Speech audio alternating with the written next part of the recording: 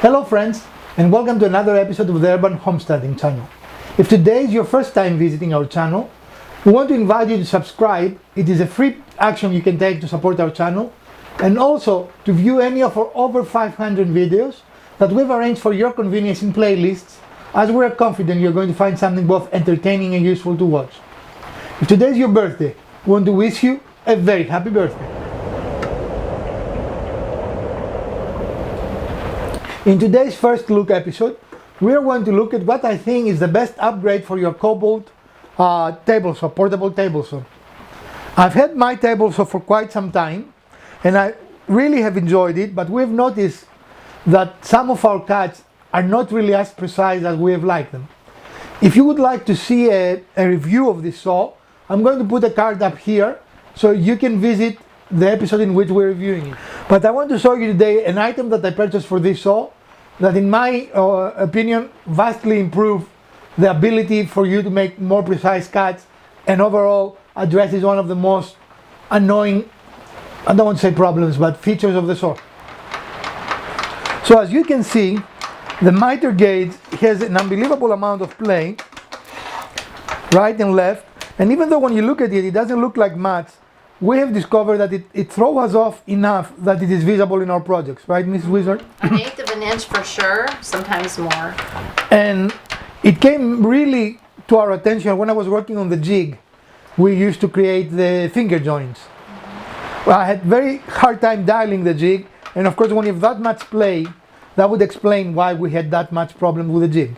Right. So we went out and we purchased that Powertec table saw miter gauge to replace the one that we had, and here it is.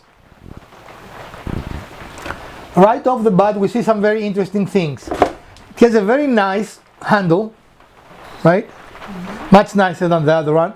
A nice, easy to read scale with positive stops in the most common angles. Our previous one, the one that comes with the saw, really this is not a handle, you can only use 2 fingers on this, right? Where this you can put your whole hand, and it has no stops anywhere. It is a smooth circle. And you can see the increase in length that will allow us to also use bigger pieces of lumber, right? Because one of the things we found with this one, often we just could not pull it far enough back to accommodate the width of our lumber. Right. So let's put it in.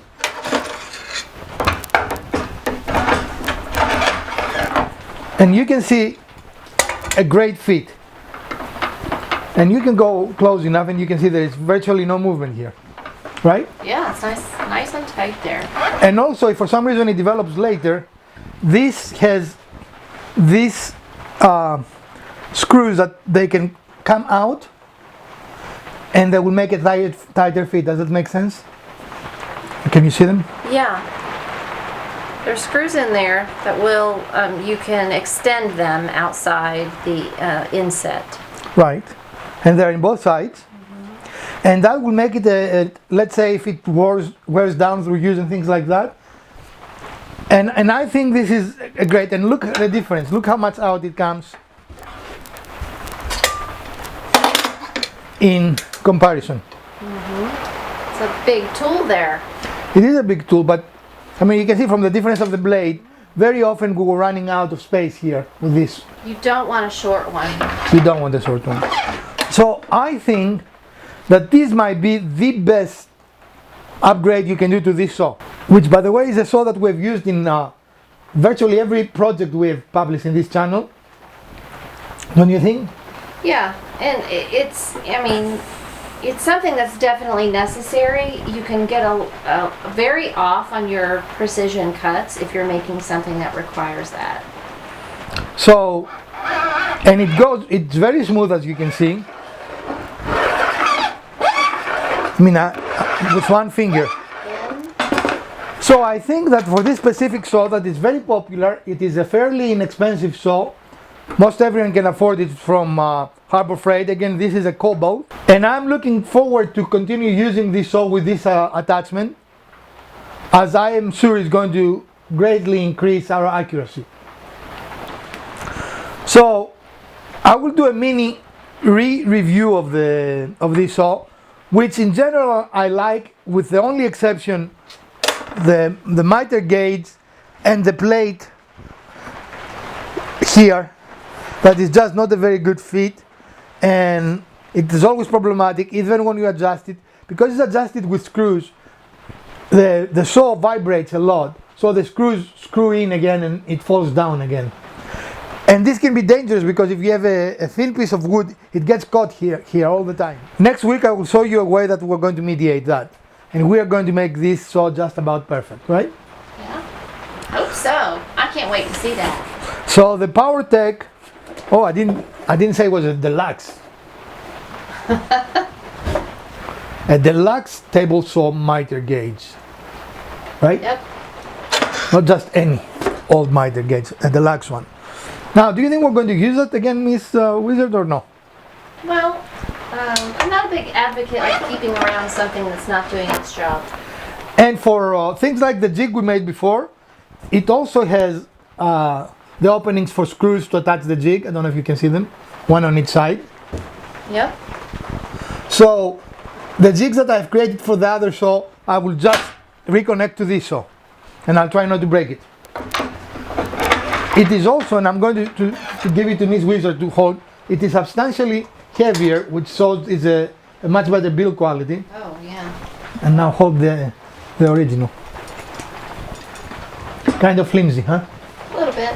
Well, you know, this isn't the highest level of saw you Watch can my buy. saw now. Don't downgrade my saw.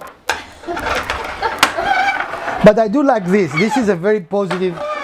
You see, I mean, I can hold it with my whole hand. Mm-hmm. So if I have something heavy here, it would be easier for me to push than with this one, which I could at best hold it like this, Right. which is not a very secure.